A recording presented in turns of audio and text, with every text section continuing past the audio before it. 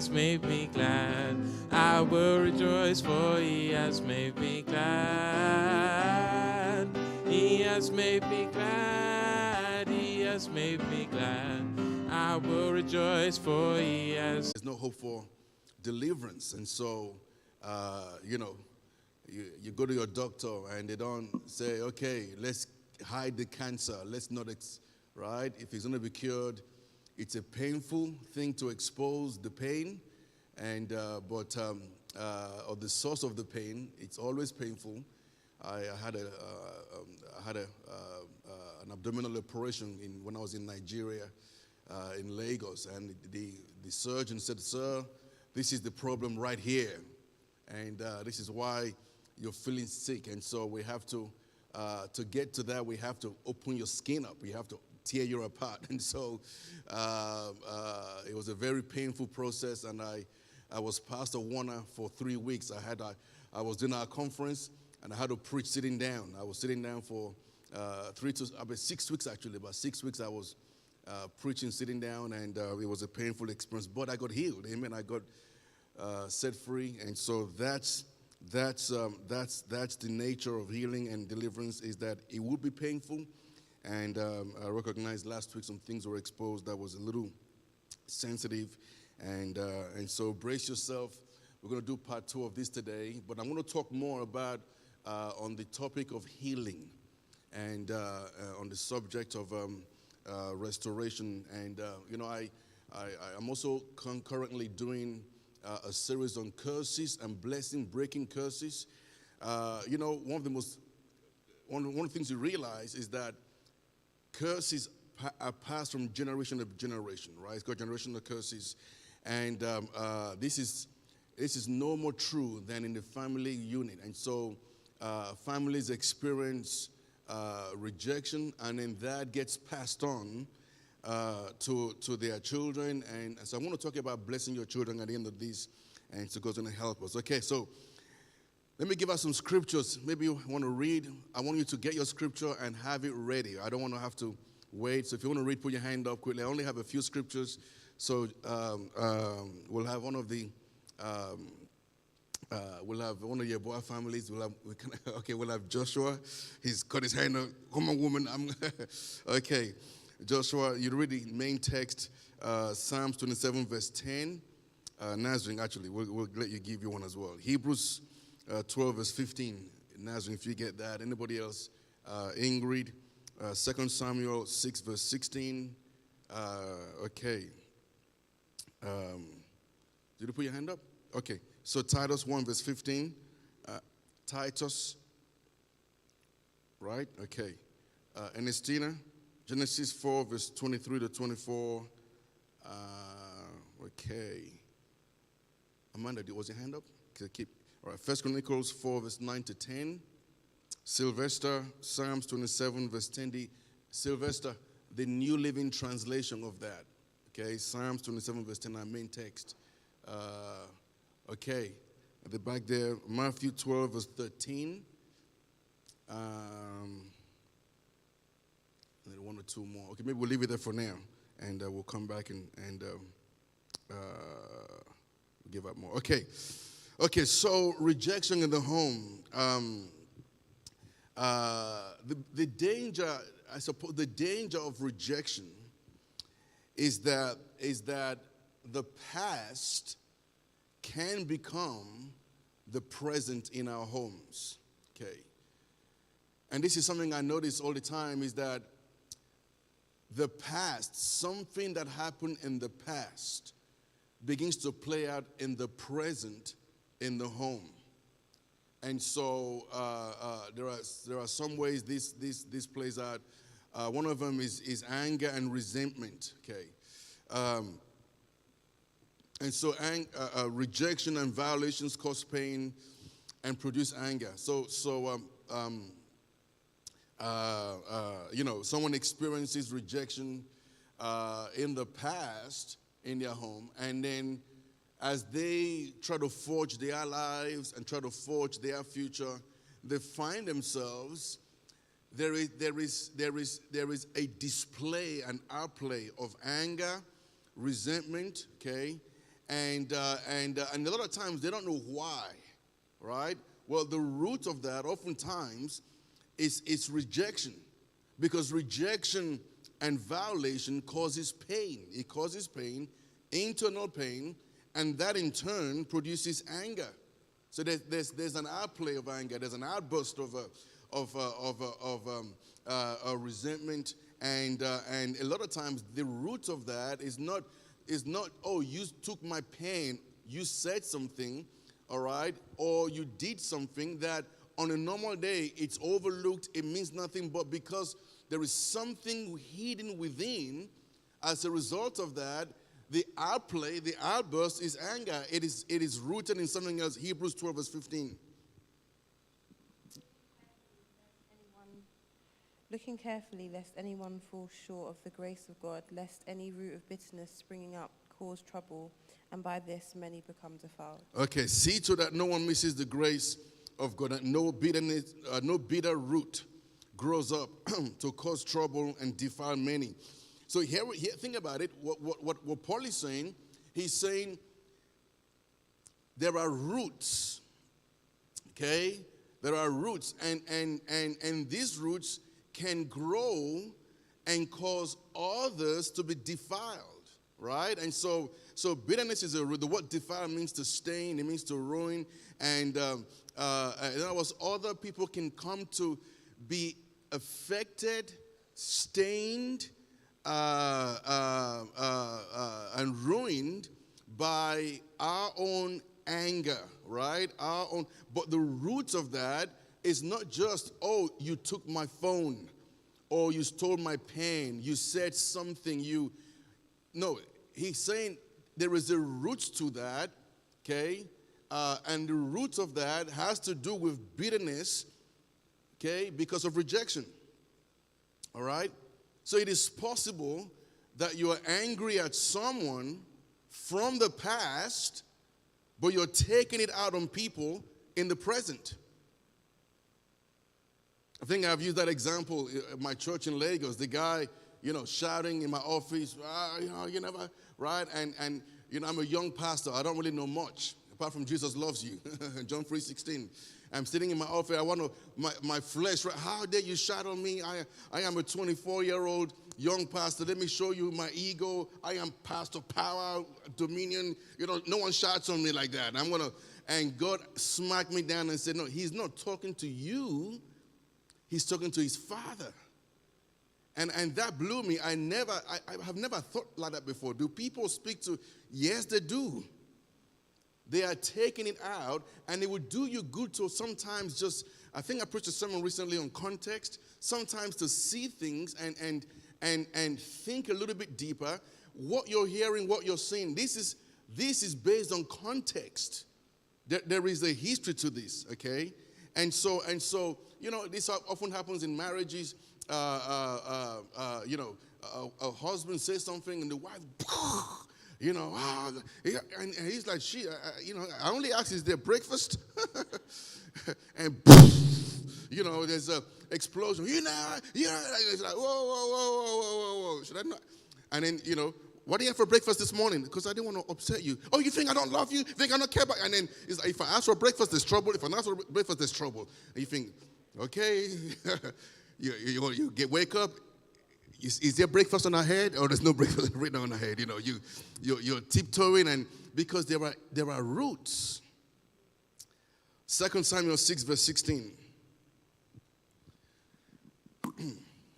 Now, as the ark of the Lord came into the city of David, Michal, Saul's daughter, looked through a window and saw King David leaping and whirling before the Lord, and she despised him in her heart. Okay, so by the way, if you call your scripture, you have it, just put your hand up so the guys can come to give a microphone.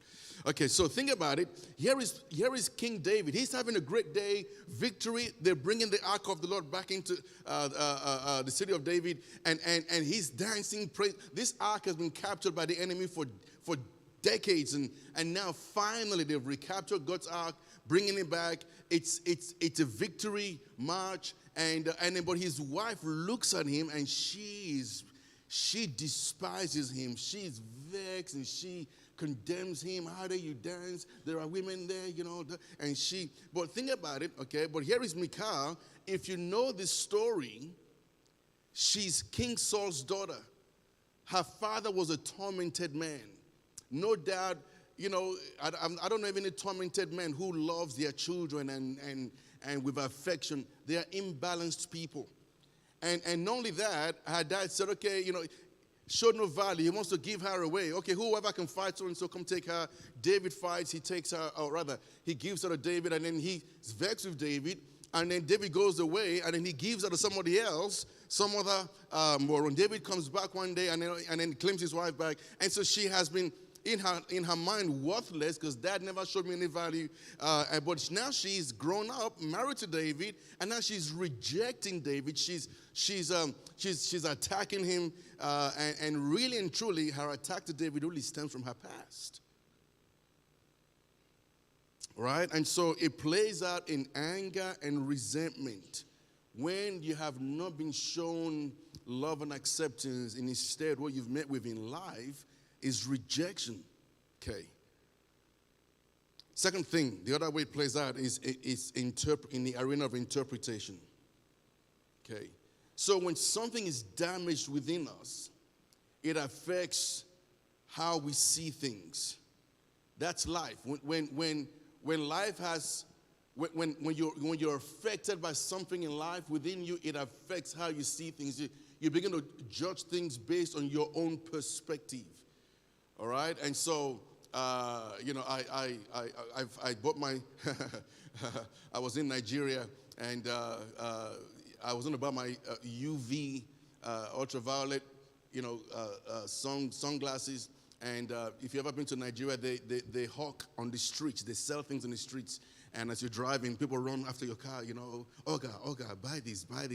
They sell everything. You can buy anything. And you can buy human heads. You can buy, whatever on the streets. And so so this guy brought, sunglasses, and he's selling them. And so we got UVs. Now, UVs cost, back in those days, they cost about £200 in the UK. And this guy was selling UVs for 20p, equivalent. And so I thought, I bought them just for the fun of it. I bought them thinking they might be, who knows, maybe the Nigerian version is even better, and it's, cheap labor. Anyhow, I bought them, put them in my eyes, and I said, babe, is it very cloudy here today as we're driving?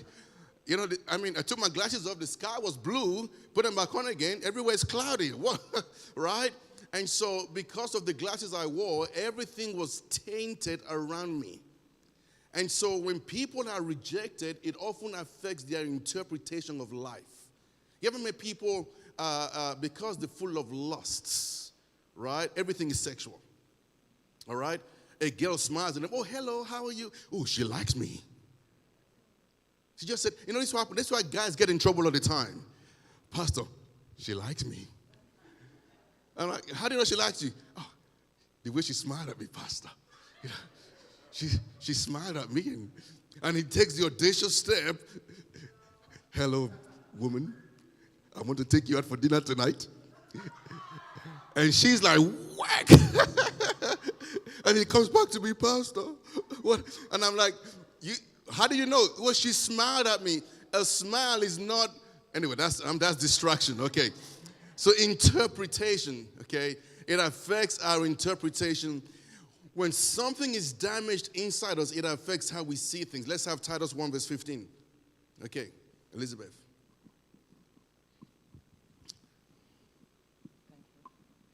Unto the pure all things are pure, but unto them that are defiled and unbelieving is nothing pure, but even their mind and conscience is defiled. Okay, so unto the pure, everything is pure, and when rejection takes root in our lives, we see and hear things incorrectly. Okay, we interpret things incorrectly, right? And with negative interpretation, false conclusions, and so we see and hear everything, all right, has a message of worth, of value, okay, all right?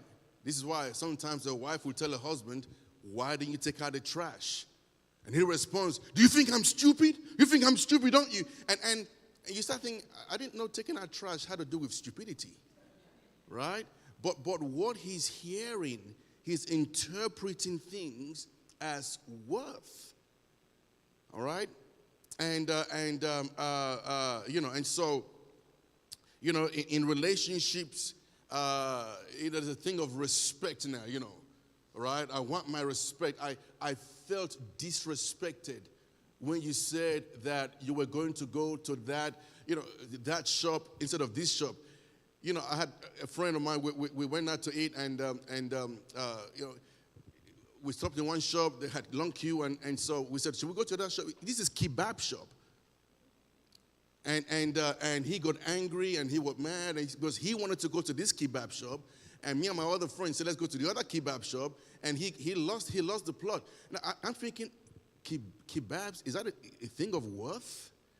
But what he was hearing in his mind was, I chose this kebab shop, therefore we are despising his choice. We are going by somebody else's choice. In his mind, it means I am worthless. Kebab shop doesn't rate how worthy you are or unworthy. In fact, we're all unworthy. It's kebab. It's worse than McDonald's, right? And so, but in his mind, it wasn't his choice. Therefore, it's something. So that's what it does, okay? And so what happens is that in life, you are not fighting over issues. You are fighting over feelings. All right? Someone says, well, I don't like this. It's just a matter of practical. I don't like black cases. It's just simple. But what you're hearing is you're not worthy. All right? It's a statement of what, and so people go to fight because you made me feel little. You made me feel like I wasn't worthy. You made me feel, or it made me feel. But if you look at we're talking about in marriage. Sometimes, the things couples fight over, it's toothpaste, right? Shoes, and the real issue is not the issue. You're fighting over feelings. That's why sometimes, if you just take your mind off it for a day or two, you realize really it is petty. It is what? Okay, let me ask you a question. The things you fought over yesterday, a month ago, 5 years ago, was it really worth it? Would it really have changed your life? Was it worth really pursuing to the end? And I must get justice because they bought black glass cases and not my pink ones that I like. Was it really worth? But you see, it was the feelings. It was how you felt. So it manifests in anger, and resentment manifests in interpretation, and then third, it manifests in a way in recreation. All right, and so this is the dangerous part, because without God, people tend to reproduce their past. We've heard the words hurt people. What? Hurt people. And so because you've been hurt in the past, you end up hurting others. Right? That's why, again, you look at life, someone who gets angry with someone, you probably notice that there is a pattern in their lives. They get angry with not just one or two persons, 3, 4, 5, because it's more than just they said something or did something, or there's a root. All right? Okay? Because what happens is that abused people can become abusers. Right? And people who've been damaged by hurtful words tend to pass that on to their spouse or their children. Okay? And that's what happens. People raised with coldness, lack of affection, tend to become like that themselves. They become cold and have no affection and reproduce that. And so that's a very common trend in life. Again, a lot of times that is rooted in rejection, because I have been rejected and I have been left out cold. You grow up naturally, you have no problem to dab at others, to injure others, and the words sometimes can be harsh and demeaning and quite heavy, and the threshold to tolerate anything can become very low and just become quite very quickly intolerant because I am angry, right? And so let's have Genesis 4, verse 23 and 24.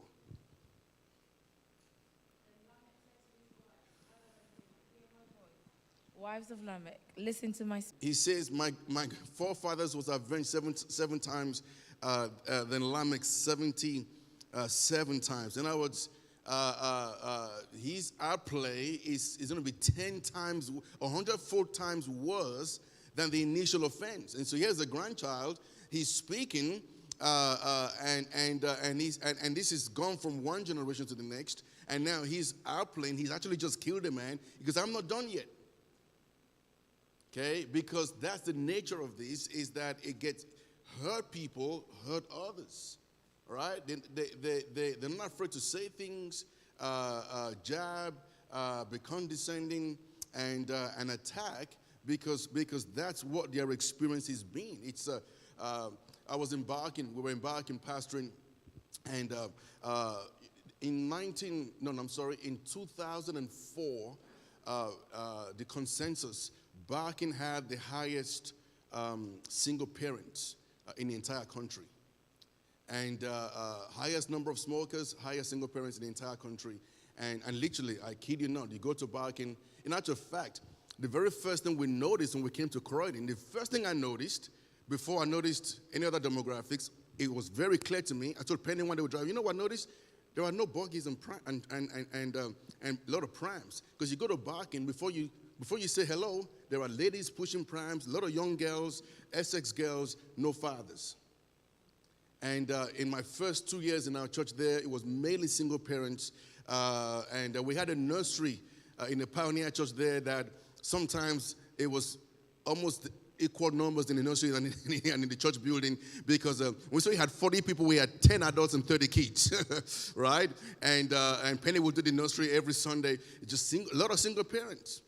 And that's the curse of that place. And when you see this, you see sometimes the words, we go follow up on people in these homes. It was unbelievable. It was an eye-opening experience, and so this manifests in different ways, and one of them is in recreation. Hurt people end up hurting people. Okay, just quickly, Sylvester. Is Emmanuel here? Oh, there he is. Can you maybe organize to pick Pastor Jenkins? I told him 10 past 10. They'll be there for 10 past 10. Okay, let's talk about hope. Hope for the home. Okay, like I said, I was going to turn this around today and bring some light and bring some direction. And let me just repeat that I do appreciate that some of these issues cause pain and exposes some very sensitive things. But without bringing things to light, there is no healing. Can you say amen? And God's going to help us. Okay, let's look at hope for the home. The good news is this: you are not doomed by your past. You can say amen this morning. Okay. All right. It is a grave mistake to think that just because I was rejected, I can never get over my past and I can never move on from that. Okay. My life will always be defined by my past. You ever hear people say, I always don't tolerate people. I always don't take nonsense. That statement basically says is I have been hurt and rejected, therefore everybody else will pay and suffer for that. And we say it in a way that I'm a strong person. Well, no, really and truly, it's because other people, the Bible says there's no temptation that's not common to man. Others go through the exact same thing you go through, And a whole balanced person will not overreact or react like that. They're able to swallow it and move on because it doesn't define their worth. Right? It's not, man, you caught me on the road, right? I'm driving, you come, caught me on the road. It's now, right? It's you. Who do you know who I am? Okay, that to them it defines their worth. To others, they drive on 5 minutes later, they're in McDonald's with their kids eating burgers. It's over. Somebody else, man, is like, man, you think I'm just, men are egotistical, right? How many men can say, God help me here? And so, when you come from what do you call that bridge? South Croydon roundabout, and you go past the fire station, and you climb the hill. You hit those very this sort of traffic lights there before you climb the hill. Let me know I'm talking about that area there. You know what I'm talking about? Coming from the roundabout. So you hit that place. I'm always there at the very beginning, and I'm ready for the race. And once the light turns green, I'm gone. And I'm racing any car. And usually if it's a man, the race is on. And I love it. My Penny always goes, she goes, you man. I love it. And if it's a lady, she's thinking, what is the matter with him? Right? And so that's, my point is that you're not doomed by your past. Just because you've been hurt, rejected, should not continue to dictate how you react and respond in life. Okay. Shouldn't dictate that you are somehow less than others. It's okay to walk away from an offense and feel okay. You have all these movements, Black Lives Matter, black people, it's like, I have heard worse things in life. That's your opinion. It has no say on who I am. I am success at Adeshida. And I will always be. Whether you say that or not say that, it has no, literally, what's that thing you guys do? Right? Okay? And so, let's have 1 Chronicles 4. This is a very powerful text. 1 Chronicles 4, verse 9 to 10. Now Jabez was more honorable than his brothers, and his mother called his name Jabez, saying, because I bore him in pain.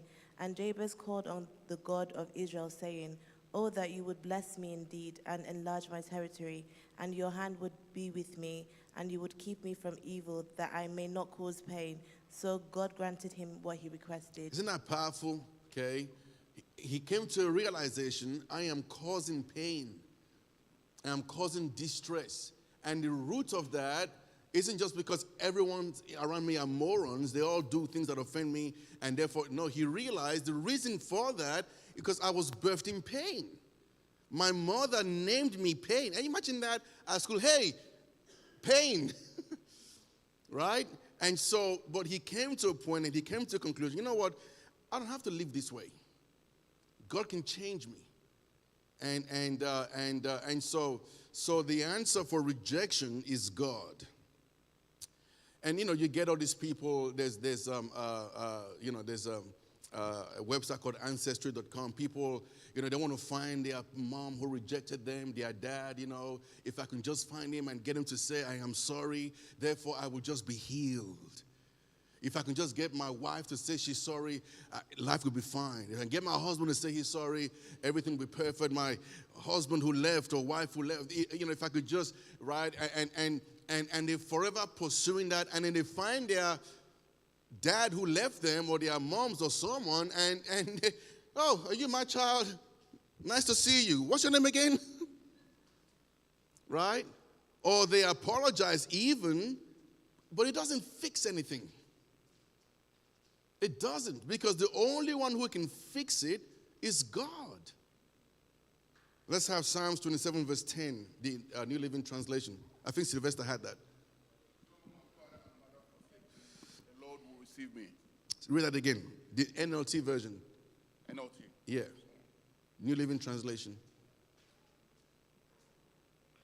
Even if my father and mother abandon me, the Lord will hold me close. Okay, so The solution is not my father or mother apologizing to me, my husband or wife apologizing to me. The solution is God. The Lord will hold me close. All right, and that really is where hope lies. Matthew 12, verse 13, if you have that ready, that's where hope lies, is the ability that God can and God does. God does hold you close. Only He can heal. Listen, when you're damaged on the inside, right, no man can fix that. Okay, only God can fix that. You know, man didn't create you. Can you say amen? It's like saying, you know, someone in a battle, in a contest, they break your arm. They can't fix your arm. A doctor can. And so this is why we look in the wrong places for restoration. If they would just say sorry, if they would just, that doesn't heal rejection. The root, only God can heal that. All right, Matthew 12, verse 13. Then said he to the man, stretch forth thy hand. And he stretched it forth, and it was restored whole, like as the other. Okay, so God said, Jesus said, stretch out your hand. It was the man with the withered hand. He stretched out the other hand, and it was restored just like the other one. And he's now healed. He's now functioning, or rather, that hand is now functioning as it should. That healing came from God, and so only God can heal. And God wants to heal. He wants to heal. He wants to restore. He wants to heal that part of you that has been damaged by rejection, especially in the family arena, maybe by father or mother, siblings, grandfather, grandparents. And God wants to heal that and bring deliverance. I can tell you many stories of people I know who, having pastored for 20 plus, 27, 20, I forget now, 25 years, you see various types of people. You see those who have not been healed and just the outbursts and the manifestations. And you see those who are healed face even more difficult circumstances. And their ability to maintain and be strong is because God has healed them. Okay, I want to talk to you finally about healing your own home. This is more applicable to married couples and parents. Okay, so let's give us some scriptures quickly. Anybody else wants to read? I've got like 4 scriptures here. Joshua, Galatians 3, verse 13 to 14. Quickly, anybody else? Ingrid, Proverbs 18, verse 21. Favor, Matthew 3, 17. Anybody else? Ezra. Genesis 49, 8. If you read it very loud and clear. Sylvester, final one. Genesis 48, 10. Okay, so healing your home. What needs to happen? The curse of rejection needs to be broken in your home. Okay, all right? Herein lies one of the most profound blessings of salvation. Salvation is not just, we got saved and now we're going to go to heaven and heaven will be our home. That's great. That's part of salvation. But salvation has so much in it. And one of the blessings of salvation is the ability to break curses. Break curses. Generational curses. Curses that is the product of rejection. And curses at work in families can be broken in our lives. And I'm telling you right now, man, if you let God break curses in your home, in your family, you will see the outflow. It would greatly. I mean, the outflow. I've seen families detrimented and destroyed because curses are not broken. Wonderful potential families. I mean, great to look at, great potential, great future, and yet decimated, destroyed, because these curses are not broken, is manifesting. And but if you allow God break these curses, it will I'm telling you, the blessing, the peace, the grace of God will come upon your lives, upon your homes, and the product of that is absolutely powerful. It's powerful. Let me tell you right now, sometimes you look at families, you go, oh, wow, you tell your husband, if only you were like that man there, we'll have a great family. If only you were like that woman, it's not, right? That's a lie. Okay, the difference is blessing and cursing. Very simple. Okay, and so let's have Galatians 3, verse 13 to 14. Christ redeemed us from the law. Christ redeemed us from the curse of the law, having become a curse for us. For it is written, "Cursed is everyone who hangs on a tree," that the blessing of Abraham might come upon the Gentiles in Christ Jesus, that we might receive the promise of the Spirit through faith. Okay, so the blessing of Abraham. This text speaks of the blessing of Abraham, and every family, you ought to pray that over your family, right? God, I claim and I receive and I want the blessing of Abraham. We are Abraham's offspring. We're in his lineage.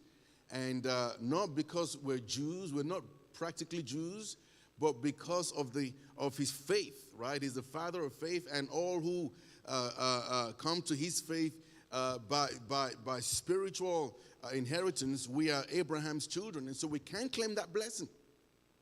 I pray that. I pray that over my life, my wife, my children. I constantly pray that. Abraham's blessing. Okay? And so this manifests in several ways. So I'm going to look at some things that will be practical. You break the curse supernaturally. All right? So you recognize, okay, there is a curse at work in my family. Why are things so tense? It's more, someone who's not spiritual would say, well, if she just simply does what she needs to do, then everything will be okay. If he just simply does, right? But a spiritual, this is a curse. All right? This is a curse. And so when something is a curse, then you're dealing with, the Bible says, we do not wrestle against flesh, right, and blood. Your husband is not the devil, and your wife is not Jezebel. Right? I'm making say amen to that. And then I had to believe, Pastor, if you knew my wife. Okay? All right? Okay, so we wrestle not against flesh and blood, but against principalities and powers. Right? Spiritual host of wickedness in the heavenly places. And so we're dealing with something spiritual. You have to first come to that conclusion. If you don't come to that conclusion, you will fight all your life. You blame everybody else, and you'll never be free. All right? So you have to first come to, hang on, this is spiritual. It wasn't meant to be like this.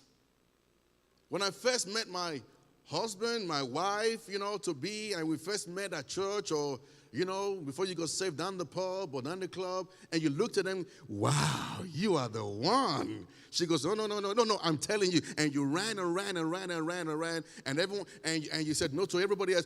Her, she, him, and, or shim. No, I'm just kidding. You ran after them, and until you grabbed them and marry me, and now you're married, you're the devil.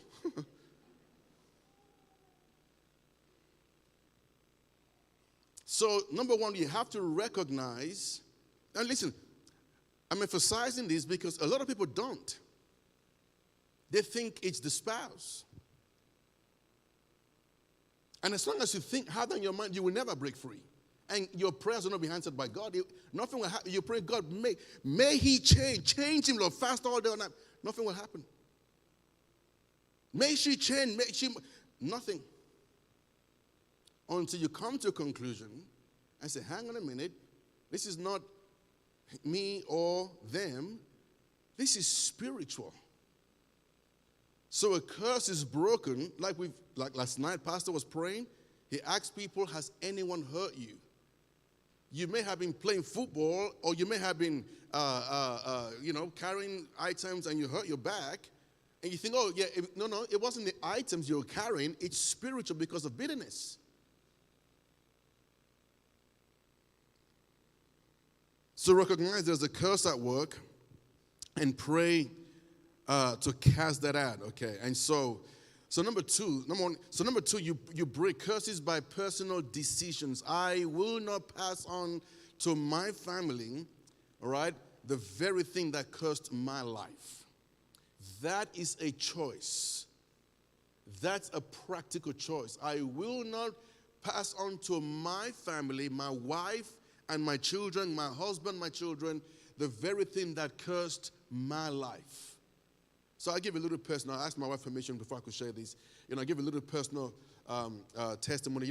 Someone I've mentioned, but I was born out of wedlock, right? My dad wasn't there. My dad, last time he died about 6 years ago, and my brother called me from Miami. My brother lives in Miami, my eldest brother. I think, as far as we know, there's 9 children. I'm number 5. He's a real African man, and he had several attendants. He had several children, and so my dad had. But I remember my dad. I go visit him during holidays sometimes, and he would send us away, me and my mom, with just pittance. My dad probably earned, and actually not probably, I saw his pay packet when I was about 10 years old, and he earned 2,000. I will use the word pounds because at the time it was 1 pound to 1 naira. 2,000 pounds. He was a professor of science, and 2,000 pounds. My mom earned about 280 pounds a month, and with her money, she had her own house. She fed her siblings and their children.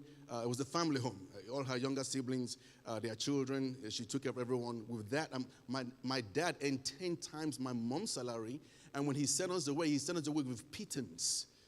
And I was very angry as a young man, very angry. And so it wasn't a very helpful relationship. I'm glad before he died, he got saved. My brother told me he wasn't going to Methodist Church, and he died 6 years ago.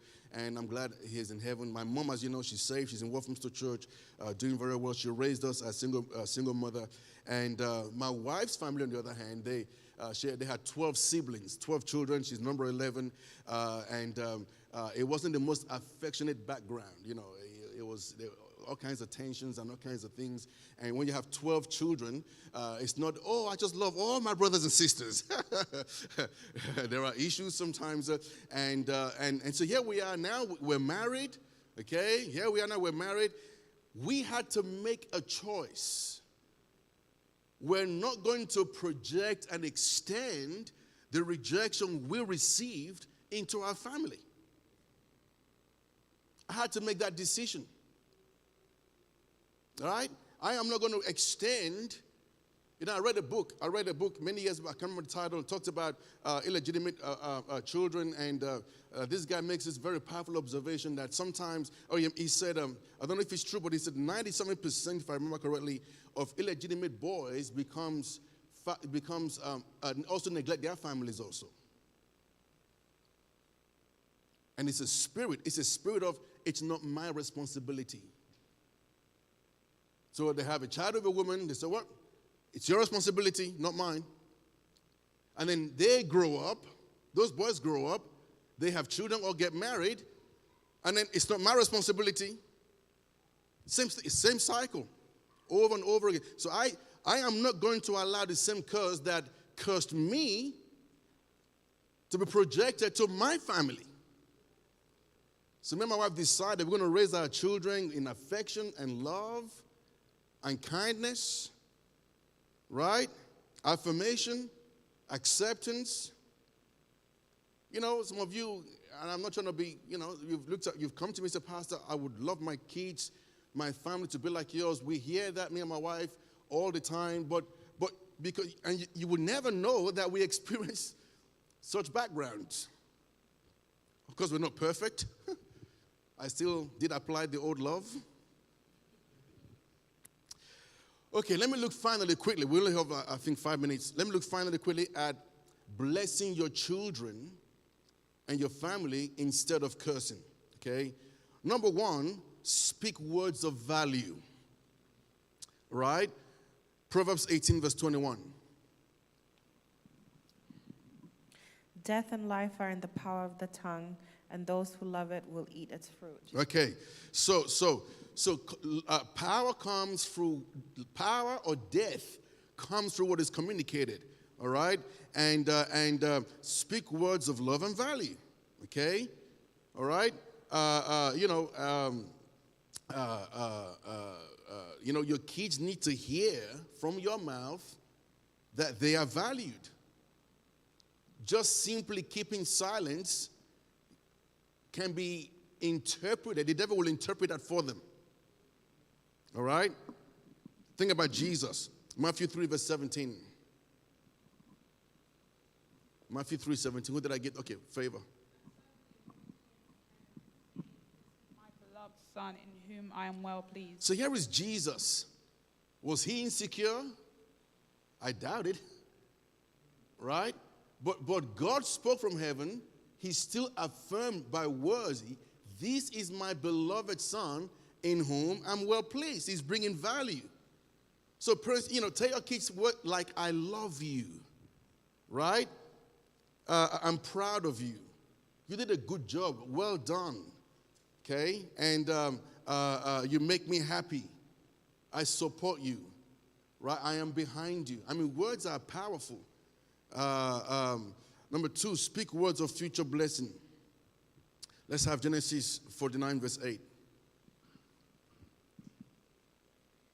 Judah, you are he whom your brother shall praise. Your hand shall be on the neck of your enemies. Your father's children shall bow down before you. Okay, very good. So you're going to have a good future. And people usually rise to what you place before them. I always have this illustration,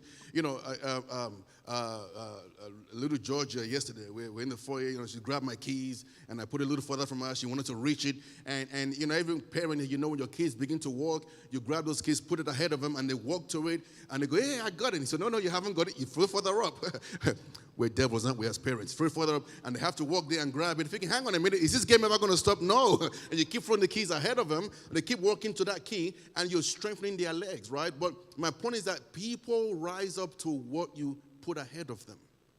And when you speak to your children, bringing blessing upon their future, you are going to be X, Y, Z. All right? You are going to, okay, so that's number 2. Then the third thing is you give meaningful touch. All right? Meaningful touch.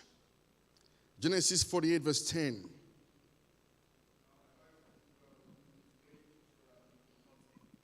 Joseph brought them near him, and he kissed them and embraced them. So I'm talking about hugs, kisses, pats on the back, holding, okay, musing over the hair, Let me just quickly throw in here. I know, men, as men grow up, it becomes, Aaron grow up, it becomes a little, hello, Aaron, man, he's become a little bit, But girls, all right? Listen, parents, don't let, I've got this here highlighted, bold, and big. Look at it. This is how big and highlighted it is. It is the yellow thing you can see. There's the biggest thing on my notes. Don't let some unhealthy boy be the first one in their life to show them affection. Right? My daughter, till she's 20, she's 20, well, she's not here, thank God. She's 20 years old, and she's still, she's like my little girl. All right? And so don't let some unhealthy boy be the first one to show them affection. And then the fourth thing is balance, correction, and affection. Children will do wrong. Even your wonderful angel, who's wonderful, can do no wrong. Children will do wrong, and you will correct them. But let it be its correction. I think I preached on this in our last baby dedication. Let correction not be tied to worth, rather tied to behavior. I am correcting you because you did X, Y, Z. Okay, all right. Okay, and because you spat on your sister's food. All right, you don't use the sofa as trampoline, right? And not they simply use the sofa as trampoline. You're trampling on my new sofa, you stupid idiot. I wish I never had you. What kind of a moron are you? Right? And so now, they've done something wrong, but you're attacking their worth. And please do not hold correction over the years, over their heads. 10 years later, I can't believe you stamped on my new sofa. What kind of and 20 years later, you're still angry? I mean, come on. Okay? And finally, don't connect your worth as a human being to your children's behavior. All right? I feel worthless because of the way you acted. Okay? What will people think of me now? Right? And so that always ends up in you overcorrecting, because it's now about your worth. Okay. Well, I'm going to leave it there. We only have 4 minutes. Maybe I'll take room for one question, perhaps just one. We'll just quickly move on. Yes, Joshua.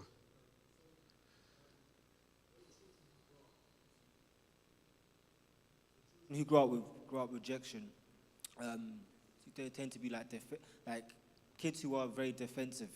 You tell them off and they all get all defensive and stuff. What's actually the root of it? Obviously, it's rejection, but what's the root of it? Like kids who grow up defensive, and is it like if they've been grow up in a critical home, or is it Yeah, I mean, like you said, it's rejection. That's the root of it, And so we're going to talk about that in one of the series. Is that when people have suffered rejection, oftentimes the way that plays out is they build a wall around themselves. Okay, they get very defensive. They don't allow people into their space, and they're very defensive with issues with people, and so that is one of the outflows. But it is rejection. Yeah, only God can heal that. Only God can. Again, the solution is God, because you're like I said, you're interpreting wrong. You've got the UVs, you got the wrong glasses on, and so your interpretation is they're out to get me, they're out to hurt me, because that's your only experience, that's your only reference point. And so now you observe people, you think they're out to get me, and that's Favor, very quick. Quickly. Basically, I understand you're referring to the home and how it affects children, but for example, if a child has already been rejected, and as Joshua was saying, they are now defensive, and you as a third party who is not their parent, how do you then, for example, as he was saying, when you try to correct them and they're not, receptive, and you understand there's a context, but then how do you still, try to bring do you see what I'm saying? It's hard, it's very complex. Again, only God is a solution, you know what I'm saying? And, man can't heal, only what God can heal. It doesn't mean you don't, you get all these schools, the PRU schools where these kids, they act up and the teachers are afraid of them. But, the reality is that if they don't correct them, they're going to end up in jail, right? At some point, they will be corrected. And so, that's the way it is. Anyway, God bless you. I've got to go. Church starts in 2 minutes, and Chantal, I'll speak to you right there. God bless you.